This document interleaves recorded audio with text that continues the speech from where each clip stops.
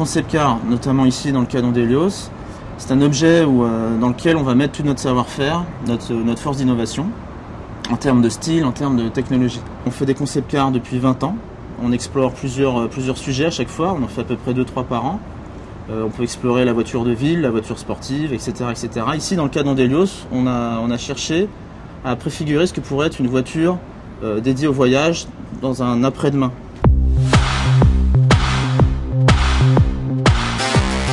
Alors, les différents éléments qui inspirent le concept car, on va les puiser tout simplement dans l'environnement quotidien. Pour le cas d'Ondelios, parce que c'est un objet qui doit préfigurer la voiture propre de demain, on a préféré choisir des choses qui viennent de la nature, donc notamment on a choisi un galet, hein, c'est une forme très douce, polie par l'eau, comme si l'objet, d'ailleurs notre objet lui est poli par le vent, donc il y a un parallèle comme ça.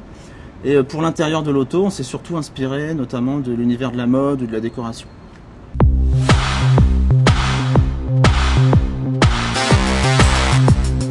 Donc les différentes étapes de conception pour un concept car sont tout d'abord la phase dessin. Tout simplement, il faut dessiner l'objet. Nos designers, qu'ils soient spécialisés en carrosserie ou en habitacle, vont faire des dessins de forme, hein, donc vont dessiner les sièges, le volant. À l'extérieur, on va proposer des formes bien sûr de carrosserie, mais aussi de détails, de phares, de roues, etc. En parallèle, une équipe technique va elle aussi proposer des solutions techniques de motorisation, de cinématiques de sièges, de cinématiques d'ouvrants, qui peuvent être intéressants pour le futur, des choses innovantes et particulières. À l'issue de tout ce travail, on va choisir ce qui nous paraît être le plus intéressant pour notre concept car. Et là, on va passer à la deuxième étape, l'étape du modelage numérique. Donc, qu'est-ce que ça veut dire? Ça veut dire que c'est un process particulier, on ne va pas sculpter directement la voiture comme un sculpteur traditionnel, on va d'abord la sculpter virtuellement au travers d'un ordinateur. On va le regarder sur l'écran, de toute forme, il est en 3D. Et une fois que ça nous paraît bon, on va le sculpter réellement. Donc ça, c'est une machine qui s'appelle une fraiseuse qui va vous sculpter l'objet échelle 1. Et là, c'est une étape importante puisque pour la première fois, on va vraiment voir à quoi ressemble la voiture. Et bon, à cette étape-là, évidemment, l'automobile est une masse d'argile, de terre. Il n'y a pas les surfaces transparentes ou les surfaces brillantes. C'est vraiment une sculpture.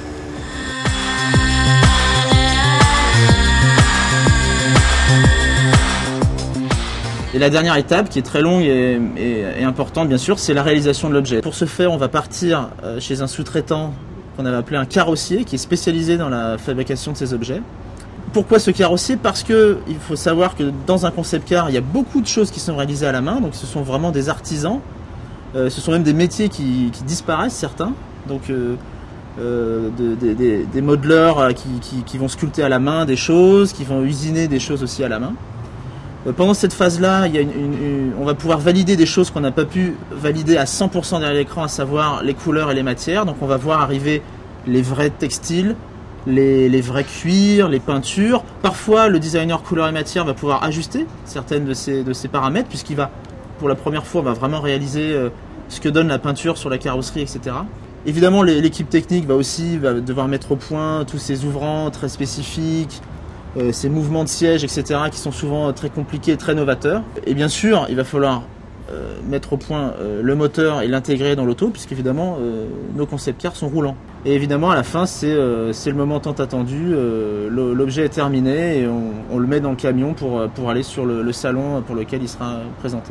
Ce concept car, là, il nous aura pris à peu près 18 mois. Toutes ces personnes, tous ces métiers qui nous ont permis de fabriquer cet objet, évidemment, ont eu qu'un seul objectif, en fait, tous ensemble, c'est de pousser au maximum l'innovation. Parce que, par exemple, pour Ondelios, on dit c'est l'après-demain de l'automobile. Et pour nous, designers, la fibre du métier, c'est vraiment de se projeter dans le futur et de rêver, d'imaginer ce que ce sera.